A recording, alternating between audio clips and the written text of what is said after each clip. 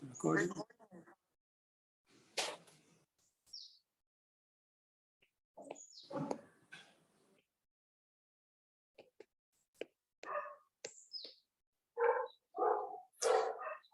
So this will be the last lecture of the course, and I hope to finish today the proof of the spectral theorem for a linear map from a finite dimensional inner product real vector space to itself, if it's self-adjoint. Yeah, so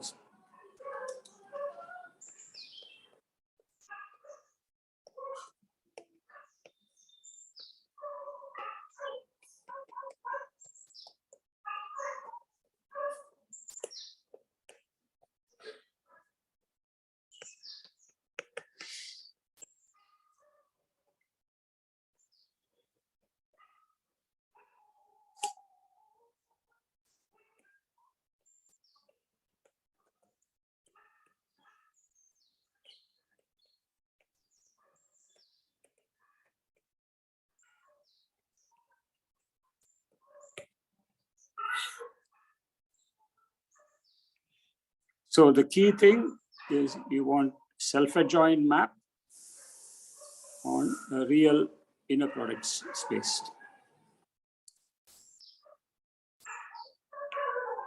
So we've completed some steps in the proof. So first of all, what does this theorem mean? So the spectral theorem, what does it say?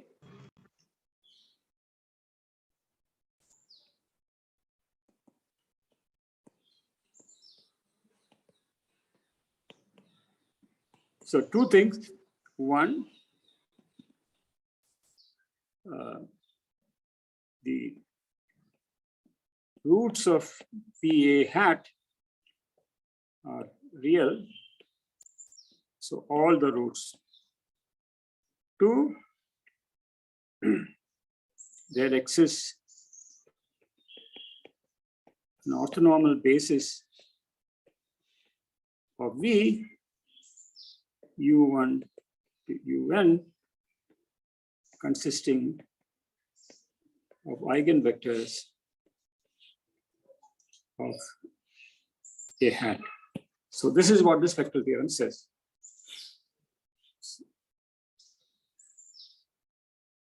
So if the roots of PA hat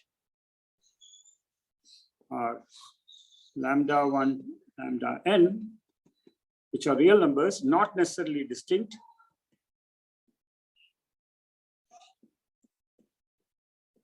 and U1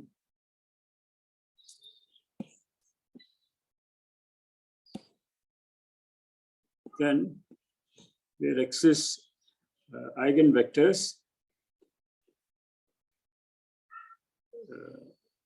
Ui, which are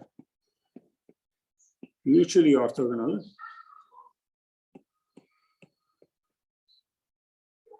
and of unit length. So of course, it's understood that Ui corresponds to lambda I.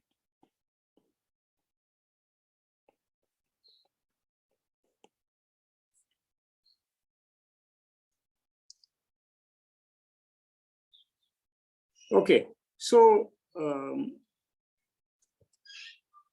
so step one that we have already proved is the first part. One already proved. So this is the step that involved going from A, choosing an orthonormal basis for V. Now, if you take an arbitrary orthonormal basis of V, of course, these will not be eigenvectors of A hat, but the matrix of A hat with respect to any orthonormal basis is symmetric. In fact, this characterizes self-adjoint linear maps. And then by considering the corresponding map from Cn to Cn, we saw that any eigenvalue, any root, any eigenvalue of the corresponding map from Cn to Cn has to be real. Therefore, and since these are the roots of the characteristic polynomial, we saw that all the roots of the characteristic polynomial are real. So this is a roundabout proof. So make sure you understand what's going on in this proof. Okay, it is not an ideal proof. That's because we are lacking some of the language needed to give you the ideal proof. But this is a proof, and it's not difficult. It's just that it's roundabout. Now, step 2 is where I left you with. I had started. So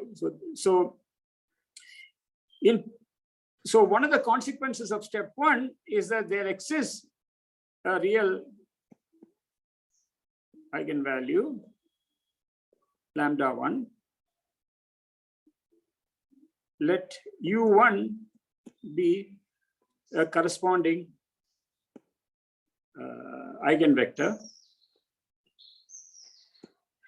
of unit length. Okay, in general, this u1 is not unique.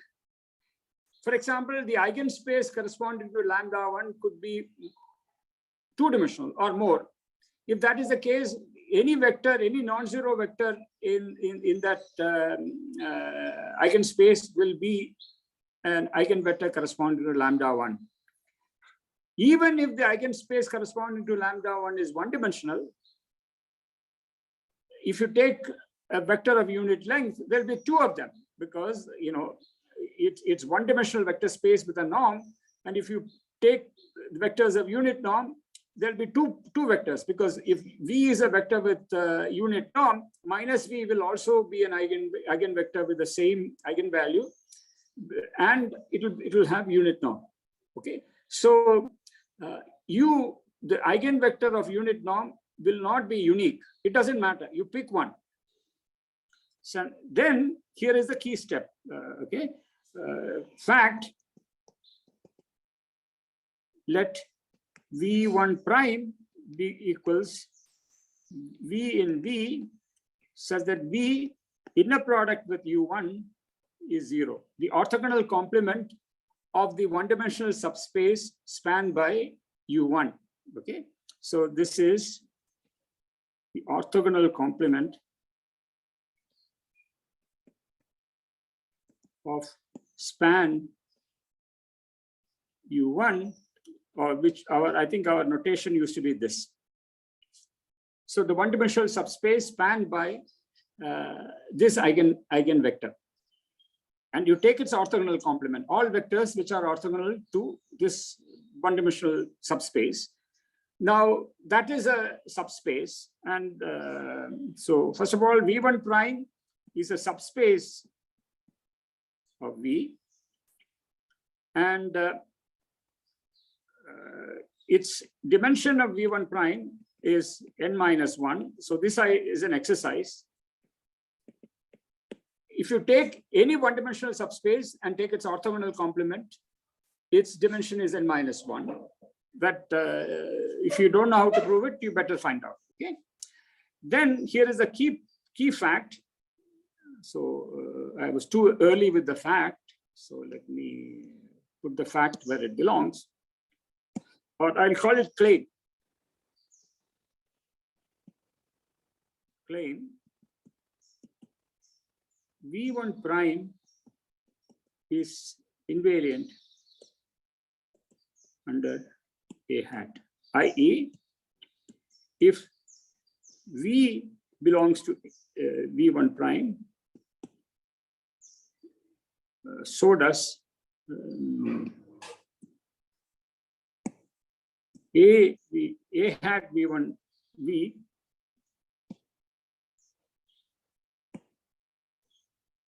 also belongs to V1 prime. Then, so in other words, i.e., if so let's check this. So what do you have to check? You have to check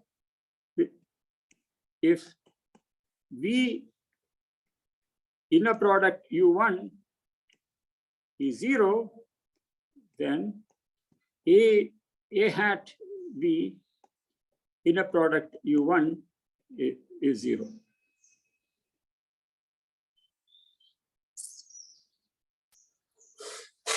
So if this will this, if we prove this, that is what this says.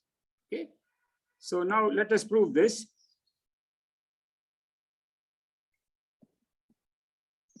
A hat B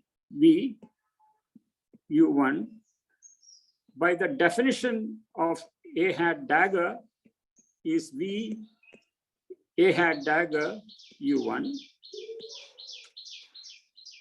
Now this, since A hat dagger is A hat, that is A hat is self-adjoint. This is V A hat U1. But U1 is an eigenvector with eigenvalue lambda 1. So this is V lambda 1 U1. So since U1 is an eigenvector. Now, by bilinearity of the scalar product, this is U1. And that was our assumption that V is orthogonal to U1. Okay, so this is 0. So this is 0. So we have proved our claim.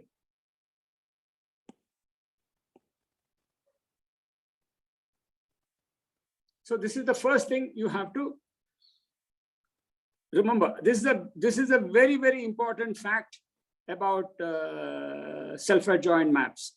So now this is true more generally. So I'll put that as an exercise.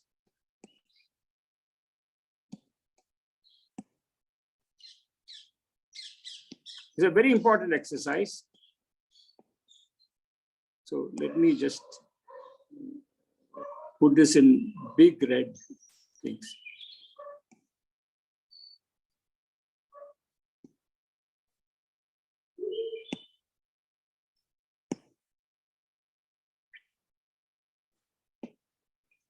If A hat V to V is self-adjoint and W in V is invariant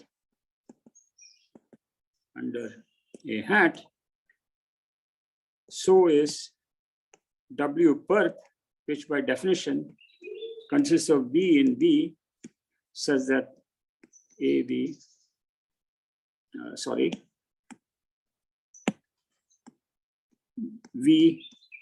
in a product W 0 for every W in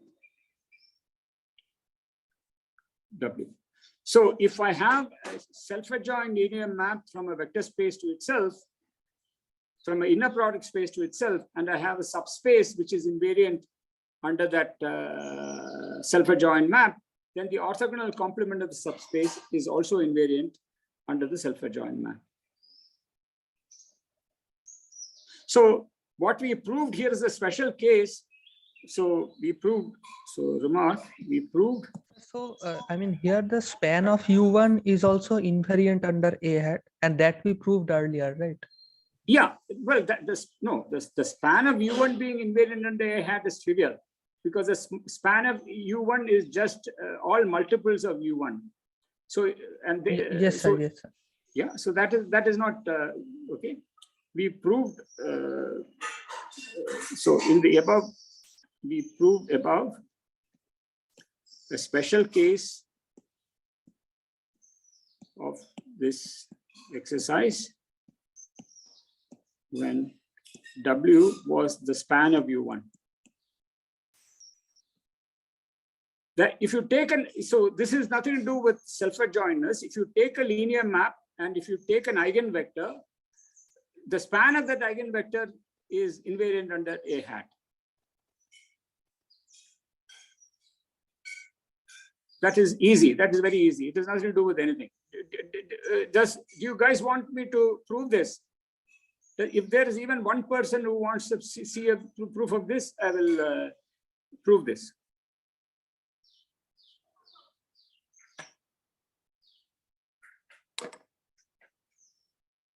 Is there a request in the? You can put your request in the chat. Okay. So there's no request. So yeah. Okay.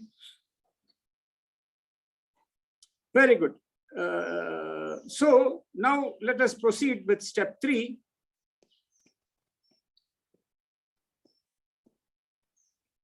A hat restricted to V1 prime is self-adjoint.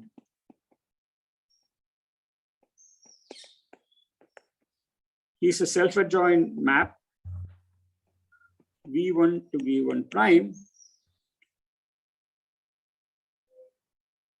self-adjoint with respect to the induced inner product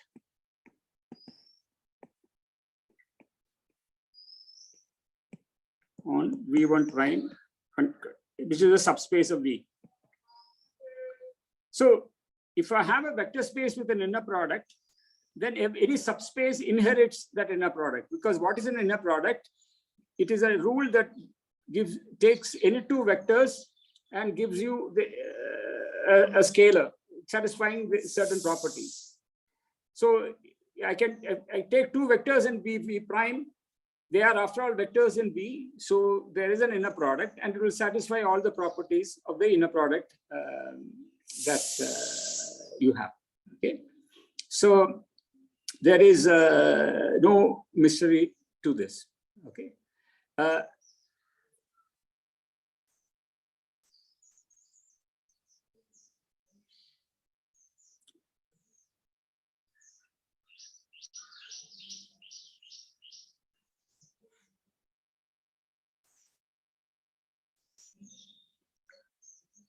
So now, where are we? So you started with V, a map A hat V to V.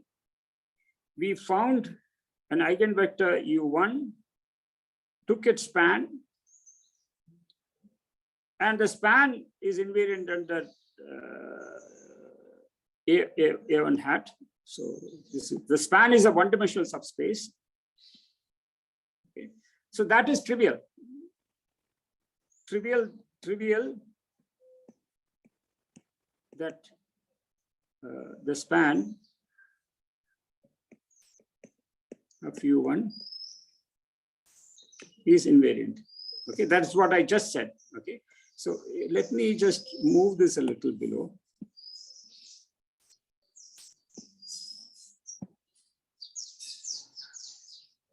So this vertical cup means I've just taken the inclusion and written it upside down because I want to now look at V1 prime, and we've just said this is invariant under A hat. Okay, so I have this linear map from V to V. I found by the step 1, it has an eigenvector, and the span of that eigenvector is a one-dimensional subspace invariant under A hat. And the orthogonal complement is another invariant space, another subspace invariant under A hat. And just to keep bookkeeping, the dimensions are dimension here is n, the dimension here is 1, and the dimension here is, what is the dimension of the orthogonal complement? I just n said minus it. 1. N minus 1. Okay. So now this is the situation. I have my vector space V, which imagine this is my vector space V. I have a linear map A that acts, A hat that acts here. I have some one-dimensional, I have some eigenvector U1. Take its span. that is the line through that. So this is the span of U1, and then I take the orthogonal complement of that. Let me be creative. The orthogonal complement will be something of dimension n-1 orthogonal to this. So this is what I call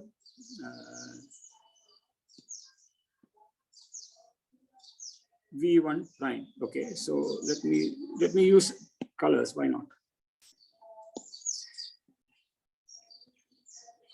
V1 prime is this.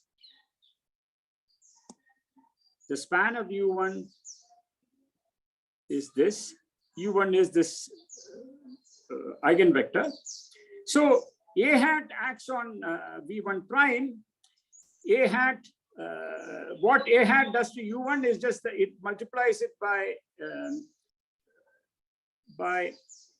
lambda 1 U1. Okay, this is the action of A hat on this one-dimensional subspace. Every vector gets multiplied by lambda 1 by lambda 1. So this is this red arrow is A hat restricted to the span of U1. And what we just saw is that A hat restricted to the orthogonal complement is a self-adjoint map. So this is A hat restricted to V1 prime.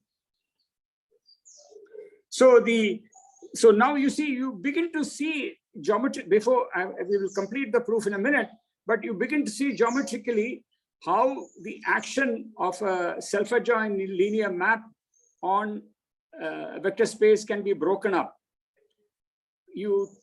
First of all, you find an eigenvector. Then on the span of that eigenvector, the action is just multiplication by the corresponding eigenvalue.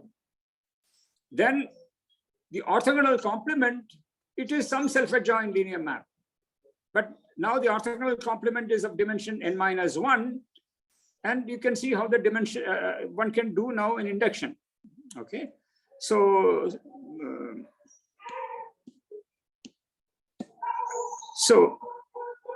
step step 4, yeah, step 4, by induction. Actually, let me if it's not too late, if it's not too late, let me just call U1 UN. Okay, I'm going to just change the indexing of that. I think this is not I mean, this might be slightly annoying, but I think you will all agree this is a good thing to do. This is UN. The first eigenvector that eigenvalue you find, I'm going to call it lambda n, and I'm going to call the corresponding eigenvector U sub n. This is Bn prime. That is not so nice, but anyway, whatever.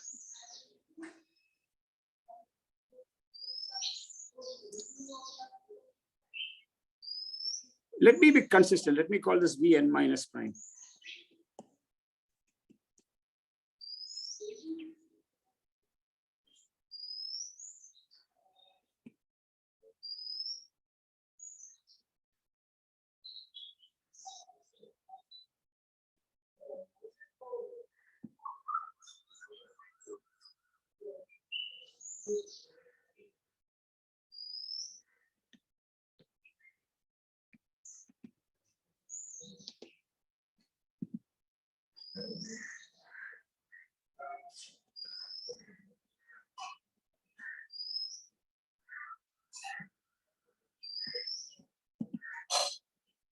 Okay, by induction, A hat restricted to Vn-1 has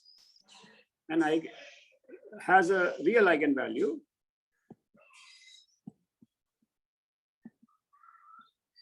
Lambda n-1. Let Un-1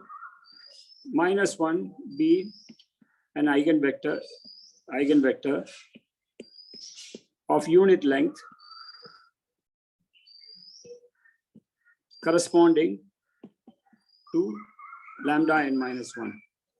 So now what will you have? You have a hat un is lambda n un. Then bn minus 1 to bn minus 1, I have a hat. And I found a un minus 1 here, so that a hat is equal to lambda n minus 1 u hat n minus 1. Now, un minus 1 is of unit length and orthogonal to un because it belongs to this. And clearly you can continue the induction. Continuing the induction.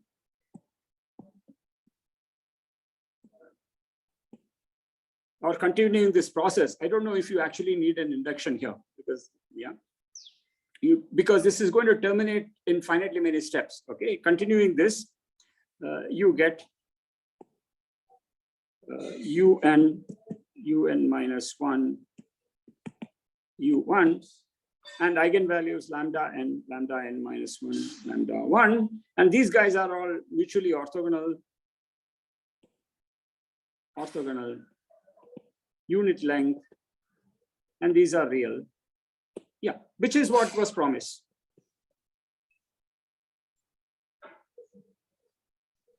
Which is. Sir, could you explain this step 4 once? Yeah.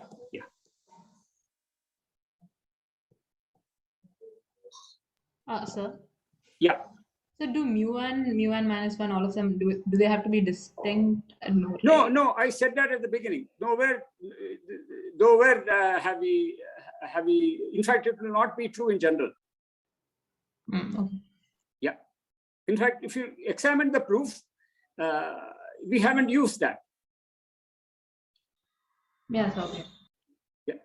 Okay. So steps, who asked about step 4?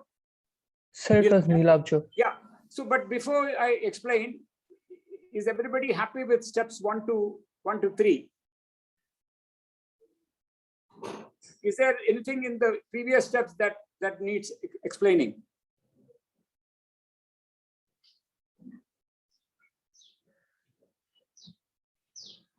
No. Okay. So, Nilabja, what will help is if you, I mean, I can explain, but if you kind of look at this and try to tell me which is the step that makes you uneasy, which is the statement or. Okay, sir. And in fact, everybody, please look through this. And in fact, if you see, this picture is what you have to keep in mind. You start with a self-adjoint map on a real inner product space. By step 1, it has at least one eigenvalue with a, yeah, as we said, without this, in general, you can have linear maps from a finite dimensional vector space to itself without any eigenvalues and eigenvectors. The rotation in R2 is being an example. But this cannot happen with self-adjoint maps. It has self-adjoint map. Every root of the characteristic polynomial is real. And whenever you have a real root of the characteristic polynomial, the kernel of the corresponding map is non-zero. Therefore, there will be an eigenvector. So roots of the characteristic, yeah. So, and since there are real roots, every root is real, there is at least one real root. So call this real root lambda n rather than lambda 1 at the as we did at the beginning. Take an eigenvector corresponding to lambda n. This may not be unique, but choose one and divide it by its norm so that you get an eigenvector of length 1. Call this un. So that is, now un generates a one-dimensional subspace, which is a red line in the picture. Now, step 2 says that the orthogonal complement of the red line, which is the n-1 dimensional subspace, is invariant under a hat. So now you just think of that n-1 dimensional subspace as a vector space in its own right, and the linear map acting the restriction of A hat to this as a linear map from this Vn minus 1 prime to itself. Now, because Vn minus 1 prime is sitting inside an inner product vector space, it inherits an inner product. So this is it. This is an inner product space in its own right. And the restriction of a self-adjoint map from the bigger space to this is a self-adjoint map. Once I know, see, in general, I cannot, it doesn't mean anything to say restrict a map to a subspace, because if I take a vector in the subspace, the map may take it out of that subspace. So there is no restriction defined. But because this is an orthogonal complement of an eigenspace and of the space spanned by U1, it is invariant. That is something we have checked. So this is invariant. So now you are exactly in the same situation at the start, except that V has been replaced by Vn minus 1 prime. But now there will be an for this self-adjoint map, there will be an eigenvalue and an eigenvector. Choose an eigenvalue and choose an eigenvector of length 1. It doesn't matter what, but because this eigenvector lies in the orthogonal complement of U1, whatever you choose is going to be orthogonal to U1.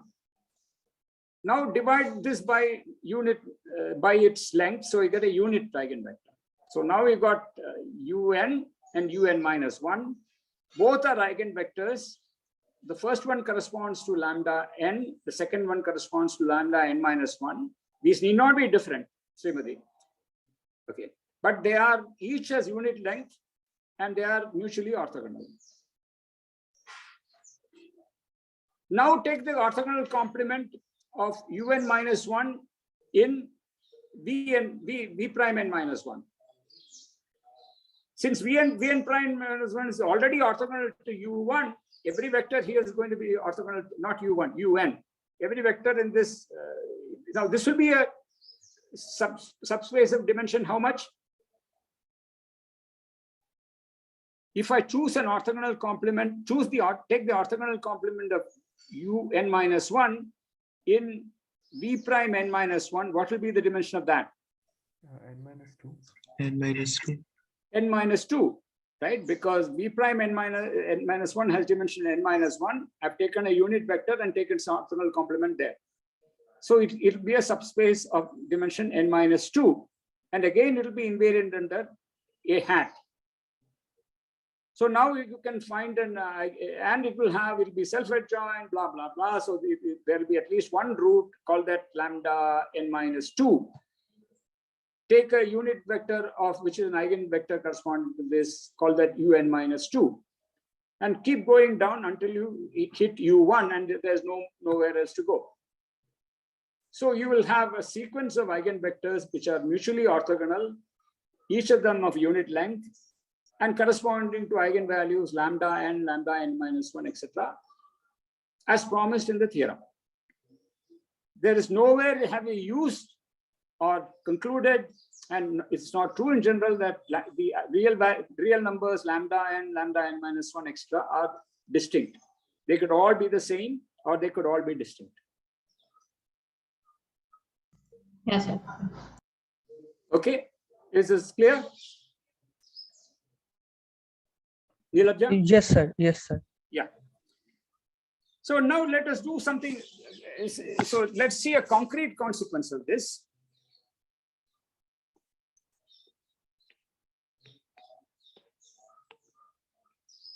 Let A be a self-adjoint, a symmetric n cross n matrix.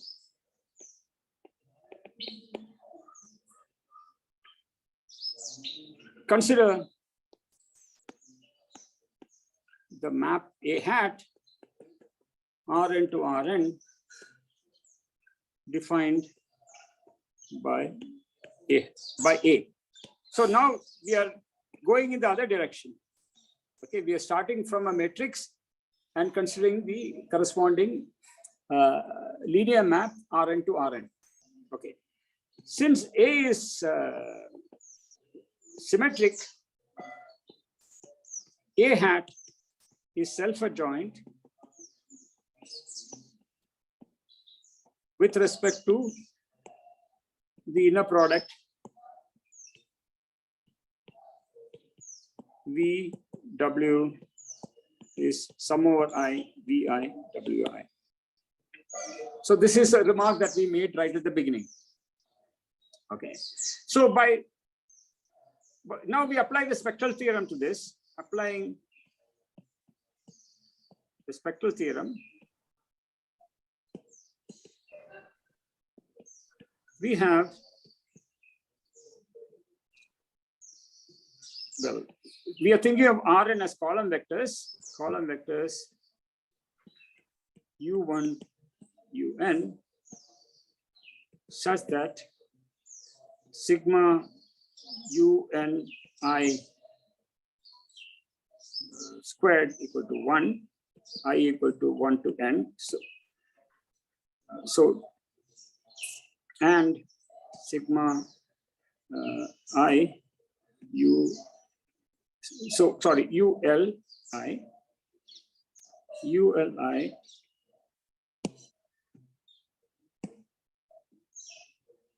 UMI is equal to 0. Okay, this is just the statement that UL is 1 and UM is 0 if L is not equal to M. And AUL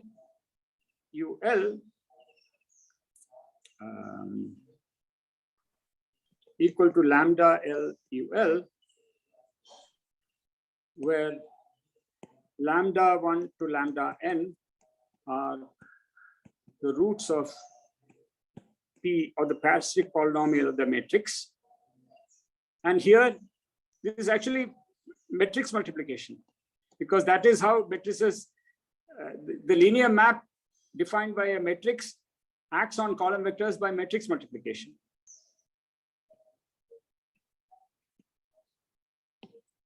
So you see, I'm proving a theorem about matrices using a theorem about linear maps. And because we formulated the theorem about linear maps in a basis-free way, we could prove it so easily. You know, there was, see, I don't know how, I mean, you try to prove this directly without the framework of inner product spaces, you know, it becomes complicated and opaque. Anyways, but I'm not done with this.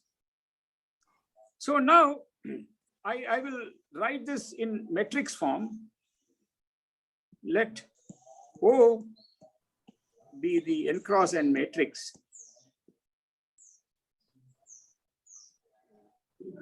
U1, U2, UN. So this is something that we have done before, but we did it with rows. What I have done is so this is a row vector, each of whose entries is a column vector. So this is an n cross n matrix. Okay. Now, what is A times U? Well, we know this, right? So we have said this before. This is how you think of left multiplication by a matrix.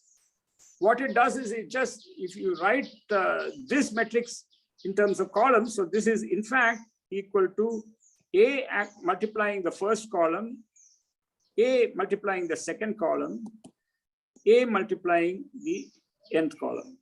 So this is a fact about matrix multiplication. Okay. But what is A multiplying the first column? That is lambda 1 U1. A multiplying the second column is lambda 2 U2, lambda n UN.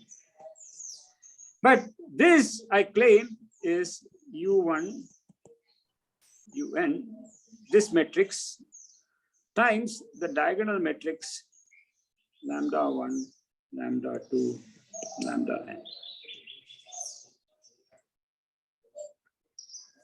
Now call this matrix O. Let okay, sorry, there's some confusion. So let me.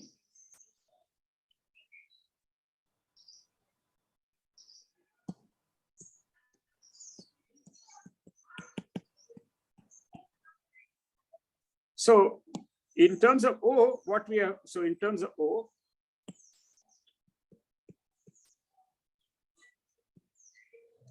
we have proved AO is equal to O delta, where delta is this diagonal matrix. Now I claim O transpose O is the identity. So we'll prove that. So claim. So grant the claim. Granting the claim, we get O transpose AO is O transpose O delta, but this is the identity, is IN, the identity N cross N I matrix. So this is delta. So in other words,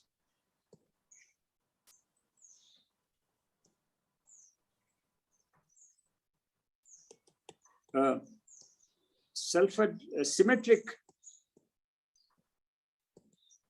N cross N real matrix can be diagonalized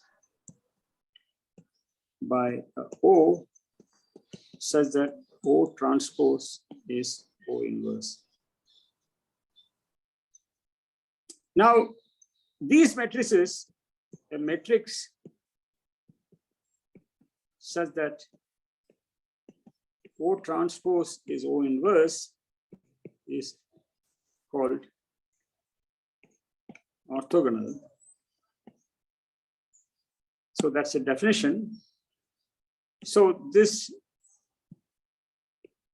can be restated. A symmetric matrix, N cross N matrix, can be diagonalized by an orthogonal matrix.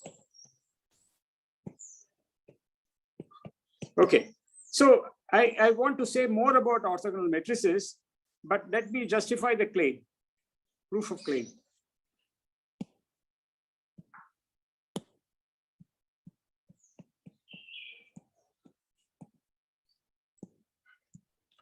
Sir, could you show the consequence once?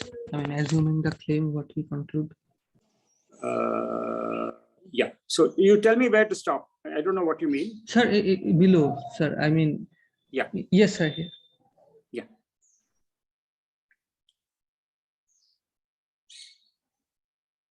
So first you take, okay, let me run through this slowly. Okay. Let me slowly scroll up. Okay, everybody please look at what I'm writing, and anywhere that that is particularly mysterious, you ask me to stop and I will stop.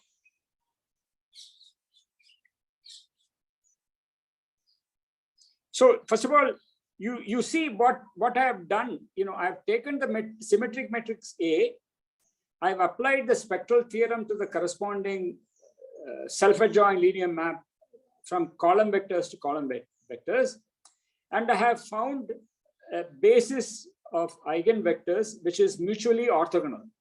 So that means there are n column vectors which are mutually orthogonal and of each of unit length, and which are eigenvectors corresponding to eigenvalues lambda 1 to lambda n. So I have n eigenvector equations. A acting on ui is lambda I times ui.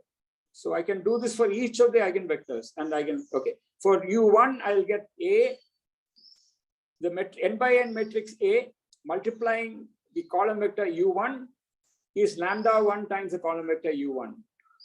The n by n matrix A multiplying the column vector U2 is lambda2 times the column vector U2. So I have n such equations.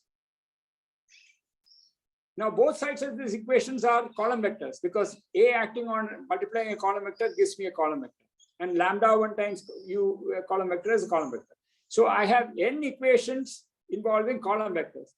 I put them together into one equation involving n by n matrices by this device of putting all the column vectors U1 to UN into a n by n matrix O. So that's the first step.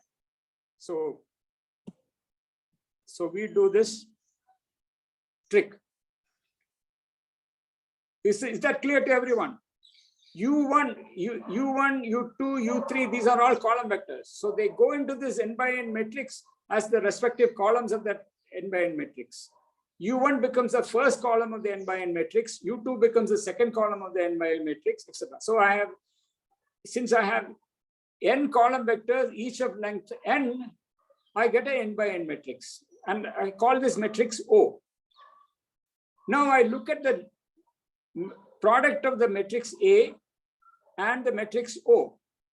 So whenever I have a matrix left multiplication by a matrix A on another matrix, all that it does is it multiplies each of the columns of the second matrix. That we remarked on this as soon as we define matrix multiplication.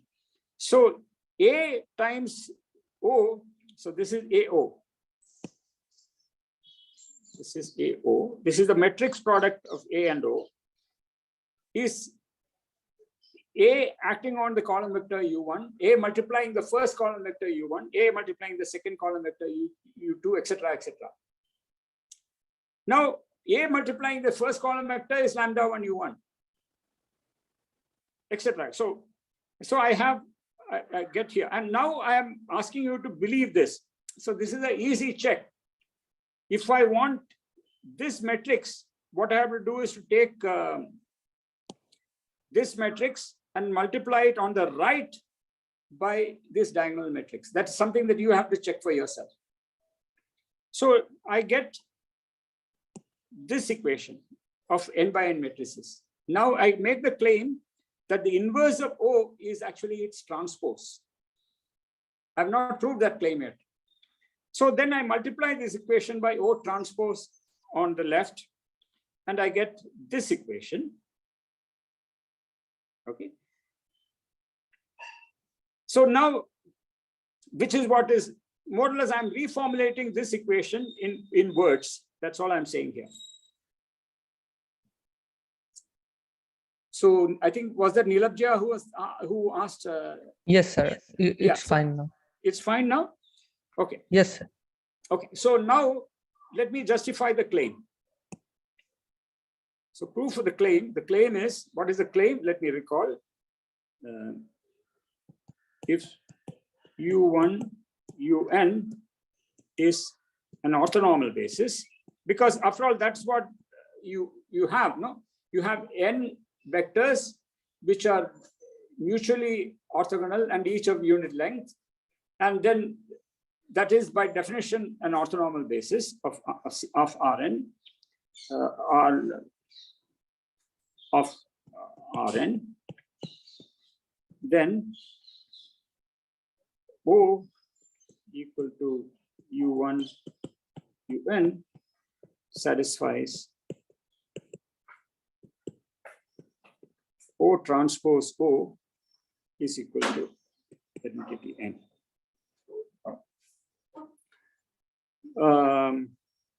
Yeah. So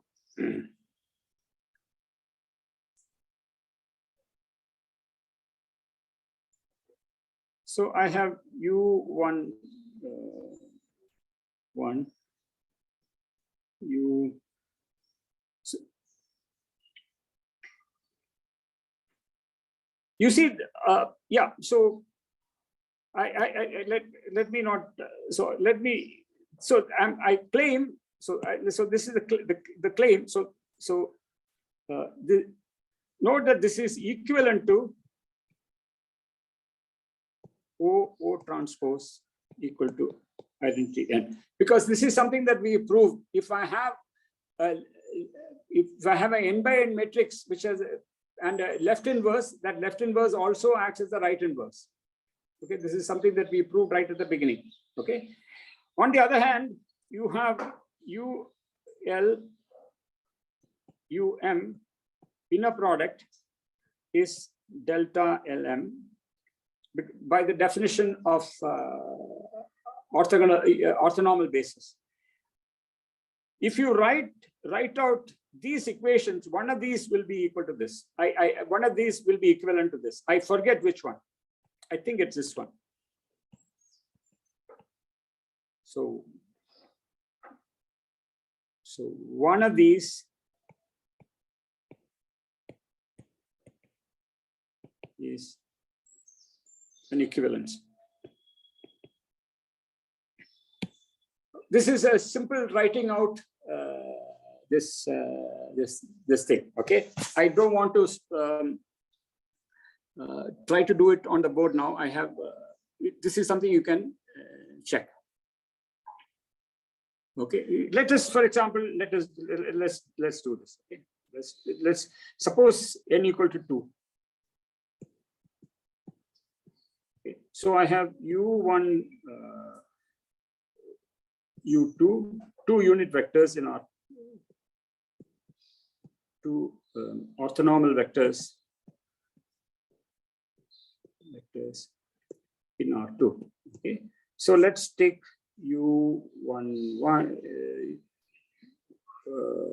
x, u1y, u2x, u2y, and take its transpose u1x, u1y,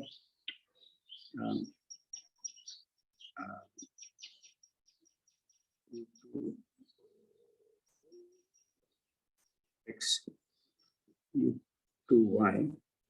This is what, if you just compute this, you will get u1x squared plus u2x squared, u1x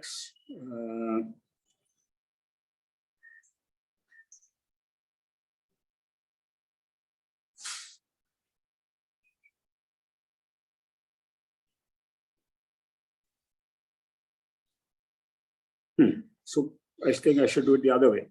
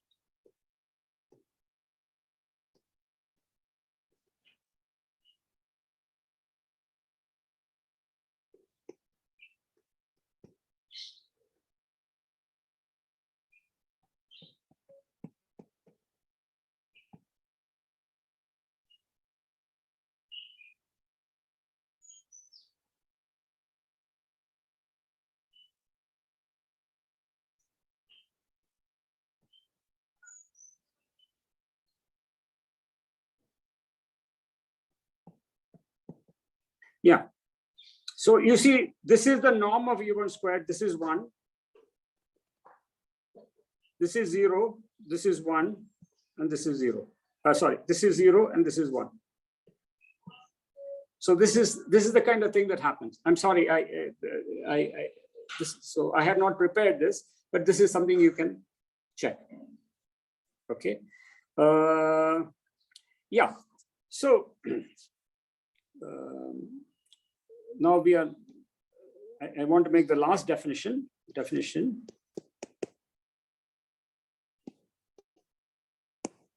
Sorry. Definition. N cross N matrix O is said to be orthogonal if O transpose is O inverse. An invertible N cross. So orthogonal matrices are really important among among all matrices. What can I say? Okay, so let me just put a couple of exercises and leave it there. Exercise.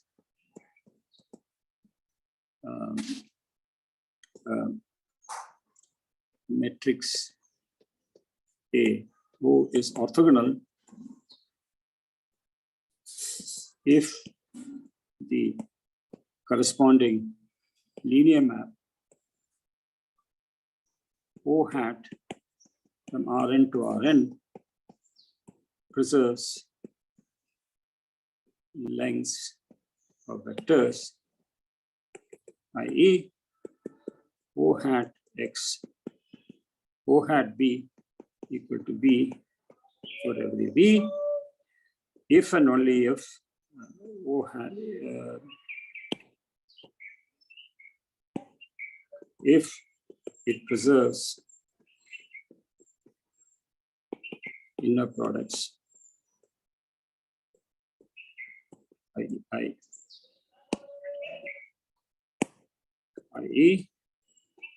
O hat b, O hat w is equal to v w for every v w in Rn. Yeah, so and orthogonal matrices are important, as I said. And to summarize, what we have proved is that orthogonal matrices can be described as matrices whose column vectors form an orthonormal basis, and equivalently, this is an exercise, whose row vectors form an orthonormal basis. And they can be characterized also by this exercise.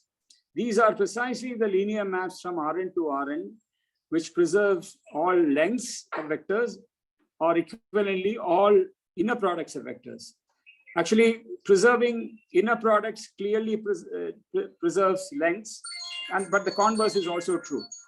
If you have a linear map that preserves lengths of vectors, it preserves inner products.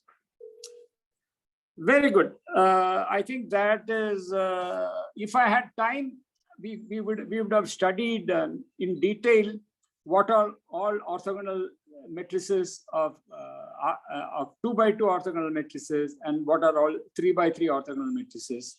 But we don't have time, so I will wind up. All that is in the notes, and also what is in the notes is how all this generalizes to complex vector spaces and the spectral theorem for complex vector spaces. These are extremely important facts, which if at all you are serious about mathematics and even computer science or physics, you should read either from my notes or from somewhere else. Very good. So I think I will wind up the course now. And we have a little time. I will close the record.